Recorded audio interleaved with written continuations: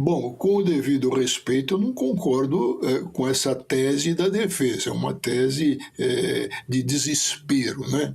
Bom, ele não está proibido, não tem nada proibido ele uso de armas. Tem alguém em presídio com armas? Evidentemente que não.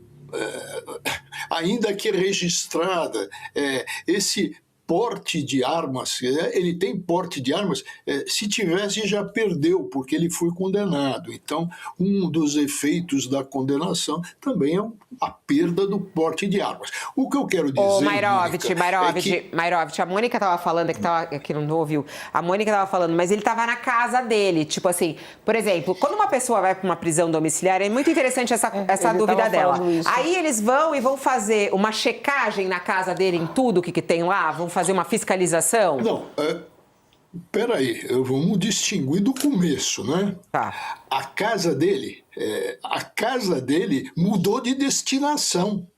A casa dele hoje é uma prisão domiciliar. Qual é a natureza da casa dele? É a propriedade, é onde ele mora. Não, a natureza é outra, é onde ele está privado de liberdade, onde ele não tem o domínio pleno, não pode entrar, sair e etc. Evidentemente que a casa foi transformada em prisão. E tem um plus, tem um algo a mais. Ele está na prisão domiciliar, veja, prisão domiciliar, é isso que foi concedido a ele, e provisoriamente. Provisoriamente por quê? Porque ele está doente, ele recebeu uma medida humanitária para se tratar em casa. Ora, quem se trata em casa armado? E mandou consertar a arma. Ora, mandou consertar a arma para quê? Essa história de que ele toma remédios e etc., nós já vimos essa história antes, quando ele tentou tirar a tornozeleira eletrônica, tentou aí arrebentar aquilo. Agora vem outra, ele está armado por quê? Agora a questão fundamental é outra. Ou seja, diante desse desrespeito, dessa ilegalidade, o que vai acontecer com isso? Ele ainda precisa de cuidados humanitários? Ele ainda precisa ficar em domiciliar? Porque ele está em domiciliar unicamente como medida o que? Humanitária. Ele não está em domiciliar porque ele teve uma progressão prisional, saiu do fechado, foi para o semiaberto, foi para o aberto. Não, ele está ali provisoriamente. Ora, provisoriamente armado. Armado. Alguém pode ficar em presídio armado? A defesa detalhe, nesse particular vai ter... Ele deveria ter devolvido a arma, é isso? Abre aqui a Mônica, por favor. Ela estava interagindo com o professor. Ele não ouviu, professor, não, eu só queria perguntar. Porque essa arma existia antes dele ser condenado em preso. Ele deveria ter devolvido a arma no momento em que ele foi condenado? Isso aqui, não ficou um vácuo aí? Só para acrescentar ao que a Mônica está perguntando. Agora Ontem nós estávamos conversando aqui com outro criminalista. E eu falava exatamente isso. Olha, você não pode ter um preso em cana, regime fechado, com arma. Claro que o Bolsonaro está na casa dele, mas é uma prisão domiciliar. Todo mundo sabe que o Bolsonaro tem arma. Ele alardeava isso, ele dizia, inclusive, que quando era presidente da República, mantinha arma na cabeceira. Agora, o Alexandre de Moraes errou ao não incluir entre os cautelares a devolução da arma. Olha, está indo para casa, mas quero que verifique se tem arma, e se tem que devolver. Ou isso estava implícito e a própria defesa deveria ter providenciado a devolução da arma? Olha, vamos para o aspecto legal. Existem normas que você não pode, nessa norma, ficar exemplificando. Tá? Então, olha, não pode usar uma faca porque uma faca é contundente. Não pode usar uma arma porque a arma dispara, pode provocar. Não, a norma é geral. Então, está tudo embutido lá. Ou seja, existem tipos de comportamento que não podem. Ele não está proibido. Ele está proibido de ligar e pedir uma prostituta para visitar ele? Não. Expressamente não.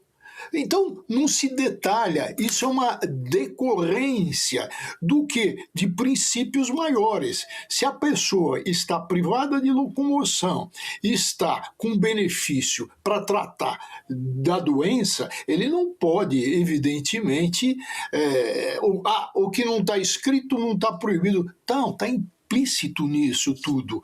Ele não pode estar armado, um preso não pode ficar armado. É decorrência da condenação à perda de porte de arma? Sim, é decorrência. Ele não pode ter inúmeras atividades. Ele, na realidade, o que ele é? Ele é um prisioneiro do Estado Nacional. É essa a situação dele, que está numa casa que a propriedade da casa é dele, está a transcrição, está o registro imobiliário em nome dele, mas a destinação da casa é outra.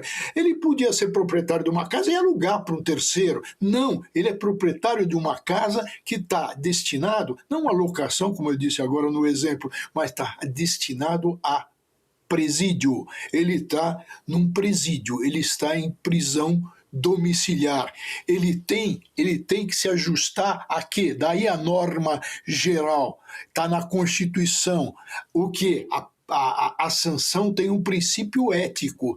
Ele está num processo de emenda, por isso é que ele está condenado definitivamente. Então, quem está em processo de emenda, de ressocialização, não pode ter esse tipo de conduta. Ah, mas as armas é dele, deveria já ter entregue, deveria já ter devolvido, porque não pode. Não faz parte de um processo de emenda, agora, de ressocialização, ter arma em casa. É mais do que óbvio, é óbvio, né? Tá tudo tão óbvio, mas só que aconteceu. Ele estava com a arma ainda mandou arrumar a arma, e agora ele vai prestar depoimento se Alexandre de Moraes. O que eu quero saber agora é o seguinte: e vai esse se depoimento. dar mal. Não, então, é isso. Então, vamos para a coisa prática, até para a gente correr o tempo aqui, professor Mairovich. Ele deve prestar depoimento na quarta-feira. O que vai acontecer depois desse depoimento? Que tipo de crime, que tipo de punição Bolsonaro pode receber por ele estar com uma arma, como a própria defesa de Bolsonaro disse? Alexandre de Moraes deve derrubar a prisão domiciliar dele nessa situação? Isso é mais do que justificado? Ou não? Esse depoimento que ele vai dar para a polícia do Distrito Federal, o que isso vai incluir dentro do processo de Bolsonaro, que está condenado e preso por outros crimes? São duas coisas completamente diferentes. Vamos esquecer agora Polícia do Distrito Federal. Isso é outra coisa. Vamos em sede de execução penal.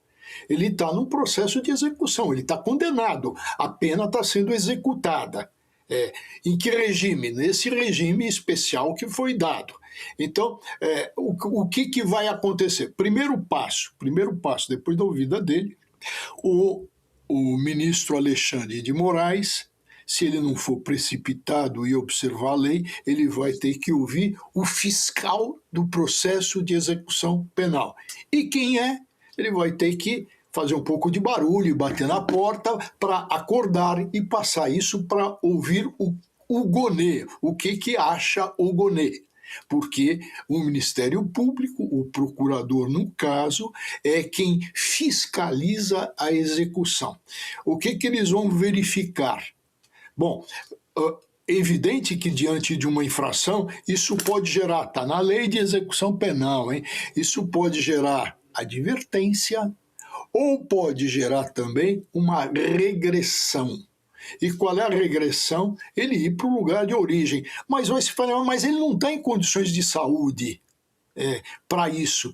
Então, há necessidade de se verificar se ele ainda está necessitando de cuidados especiais. Se ele estiver necessitando de cuidados especiais, poderá ser mantida o domicílio, mas com outros regramentos, com uma maior fiscalização. Pode se pôr alguém lá de plantão para ficar olhando o Bolsonaro, porque quais as artes que ele vai fazer, qual a indisciplina que vai ser constatado. Então, tem um leque grande, mas primeiro vai ser ouvido o procurador Gonê. Segundo, se vai avaliar a gravidade gravidade da infração e a gravidade da situação de saúde dele.